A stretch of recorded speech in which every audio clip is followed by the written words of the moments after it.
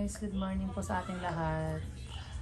Ayan, ngayon ay wala pa rin pasok si Neri. Dahil po sa bagyo, kahapon suspended, hanggang ngayon suspended pa din.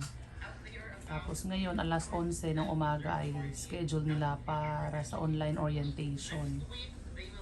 Tapos biglang nawala naman ng internet namin, guys. Nawalan kami ng connection. Ngayon nag-data na lang siya. Kaya ang bagal ng data sa loob ng bahay, doon na lang siya sa terrace, guys. So,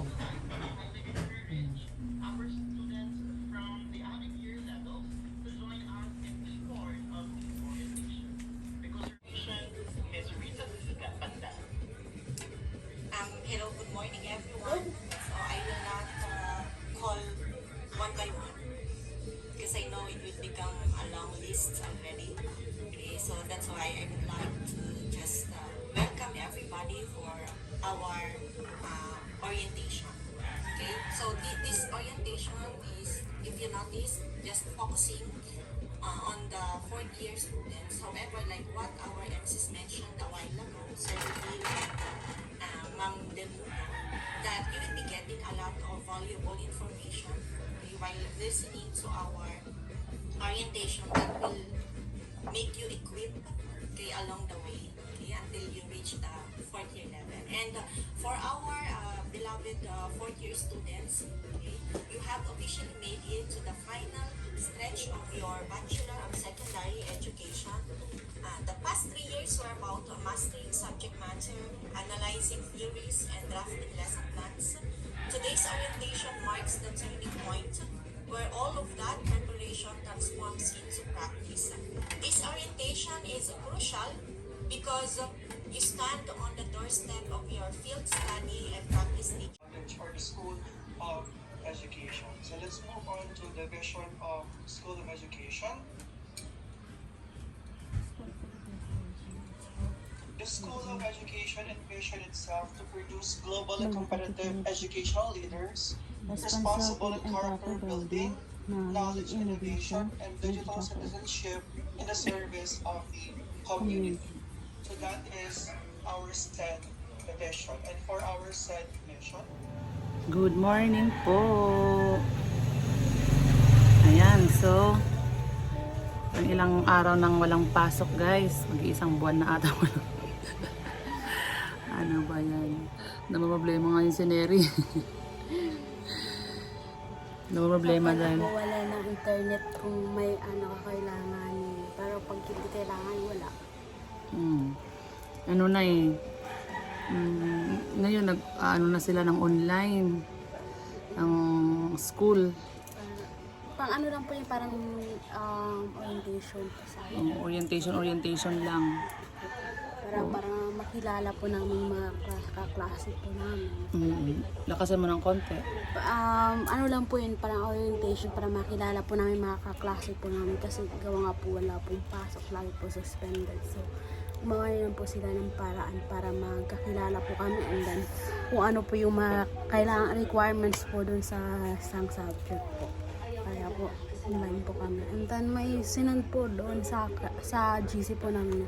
Pa-print daw po mga. Wala naman po tayong wifi. Yun nga eh.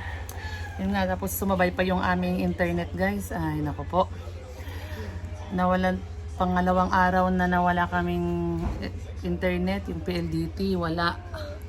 Lahat po kami dito sa lugar namin. Hindi ko alam, dito lahat kami magkakapit bahay, walang connection ang PLDT. Oh my gosh. Ngayon, kailangan na ni Neri mangapit bahay. Pupunta siya dun sa, malapit lang naman dito. Pupunta siya dun sa ka-churchmate namin na hindi sila naka-PLDT. Para meron na silang online ulit sila mamayang alas 2 eh. Wala pa kaming connection. So sabi ko sa kanya, kailangan mo munang mangapit bahay. Po, sumabay pa yung aming internet na mawala. Tapos mahilaw lang po kasi dito signal po. Kaya po kailangan po kahit na po may load ka po, parang wala po lang din. Mahina po yung data dito sa amin. Niloadan ko siya pero nakapag-connect naman siya kahapon. Nga lang nawawala. nawawala-wala, napuputol-putol. Yung ano lang po sana, yung isang oras na online, umabot ng 2 oras. Sa ano po, sa tawag nyo, hindi po maayos yung internet. Internet wifi. Pati sila? Hindi po yung ako lang po. Kasi hindi lang po pwede i-skip ko po. Kasi po, hindi ko po maririnig ano po yung mga kailangan. Ganun. Ayan nga, kaya nga sabi ko sa kanya, mangapit bahay ka na lang muna para may ano. Wala, hindi ko namin alam kung kailan ang balik ng ating internet. Pati sina din, kailangan din nila mag-online din sila. Wala pa kaming connection. My gosh, ano magagawin natin? Dahil po, Ano ba naman yan? O, si Dale pa, nagliligalig. iyak-iyak. Gusto niyang manood. Wala. Ano ba naman? Kaya sana ay makabalik na yung connection namin. Lalo ngayong laging suspended ang klase. So sigurado, balik online lahat yung klase niyan. I-online nila. Yun nga lang po, walang wifi. Yun nga, kailangan ng wifi. Wala din. So, wala. Kailangan nating kailangan muna nating mangapit bahay. LDD kami, tatry natin magpalit. Ang gusto kong magpalit ng iba. Kasi lagi na lang ganyan. Kahit ano, magbabalik na ilang Kunting bagyo lang, wala. Itatry natin ng iba. Lalo ngayon tag-ulan. Laging suspended ang klase. So, balik online, ganon. So, ano na ang ginagawa nyo ngayon? Yun po, naghihintay po ako mga announcement. Tapos kailangan din po mag-check lagi ng GC. Kasi po may mga ibang GC na dapat kasali po yung subject teacher, ganun. And then ibang section. Kasi po, parang sabay po kami sa isang subject, ganun. Hindi magkaklase na ba kayo? Akala ko ba on orientation lang? Parang bakilala na po namin yung mga kaklase po namin, alam na po yung GC, dapat gano'n, para po kung mag-a-announce po may gano'n na po, doon na po sila. Pero hindi pa yung regular na klase. Yung ano, yung parang sabi lang po sa teacher po sa akin na chinat ko po kasi hindi po ako nakasali kanina ng Google Meet po, ay ano lang daw po yun, nag-attendance lang sila para malaman kung sino yung yung magiging estudyante na gano'n. Ay magiging classmate po namin. Ganon.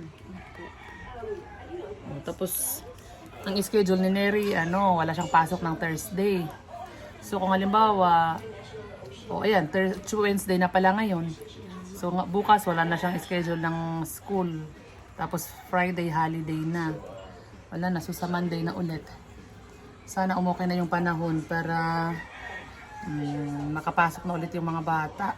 Sayang yung araw, walang natututunan ng mga bata. Ang boring dito. Ano? Ang boring dito. Naboboring ka na, no? Mas okay yung papasok sa school. Ano bang meron sa school? Matututo ang bata, di ba? Ayan, so kailangan muna ni Neri mamaya pupunta muna siya sa online niya sa kapitbahay. Mag-online muna siya doon. So ayan lang guys. Ingat-ingat ang bawat isa kasi nakita ko sa balita marami pa daw parating na bagyo. Mayroon pa sa next week. Next week. Meron pa nga daw. Ano po pangalan nun? Obet. Tapos meron pang kasunod na marami. Ano ba yan? Kaya ingat-ingat po ang lahat, lalo na po yung sa laging nababahaan dyan, malapit sa tubig o At saka ilog. yung nababaha at saka yung yung nalalandslide. Opo, yung mga bundok. Kaya po pag na po talaga kailangan mag-evacuation. Ano tawag na? Evacuate. Mag-evacuate na po kayo dyan para po maging ligtas. Huwag na po matigas ang ulo. Kaya para din po sa inyo yan o sa atin yung kaligtasan po. O sinermona na kayo ni Neri guys. Nanermona. Makinig kayo kay Neri ha. Ayan, so ayun. Ingat-ingat po ang bawat isa. So, bye-bye po. Maraming salamat po. God bless. Ayan, hello po. Galing akong volleyball. At ngayon, dadaanan natin si Neri sa kanyang nakigamit siya ng internet sa kapitbahay dahil wala kaming internet sa bahay. Nangapit bahay na si Neri, guys. Tingnan natin. Ayan. Ano, Neri? Tapos ka na? Tapos na? Ilang oras lang ang online nyo? Bilis lang po. Tapos hindi lang po ako kaagad na umalis kasi malakas po. Pero naabutan mo. Opo. Mga ano po dito, mga 4, 3. Nawala yung pin. Kasi ginaninit ako sa bulog. Tapos Ha? pumunta lang dyan. Mga 3:40 pa ata. 3:40? Eh, di ba sabi mo alas 2 ang umpisa? Ay, 3. 2, 1. 1. Gulat naman ako sa'yo. 1:40. O, so naumpisahan mo yung online. Opo, ako Anong po ginawa nyo lang? Na-orientation lang po. Pakilala yung subject teacher po namin. And then, Nawala ni bigyan po ng mga kailangan po sa subject po niya. O, di uwi na tayo. Tapos ka na eh. O, yan pala si Kuya Paul sa lilalim. Ano ba yan? Tapos ka na. Kasama po namin. Andiyan si Ate Mayan? Nandiyan si Ate Mayan? Wala po. Kaya na po, umuwi na po. Okay. Tara na. Uwi na tayo. Tapos ka naman na pala. Uwi na po kami. Sinundo ko na sila sa kapitbahay kung saan sila nag-aral, nagkiconnect ng internet. Meron din sila kasabay mga estudyante din, no? Nagkiconnect at hindi sila, iba yung kanilang internet, kaya Dane, nakagaling. Nag-run and skate sa cards. Nag-roller skate ka naman. Mga itong horse.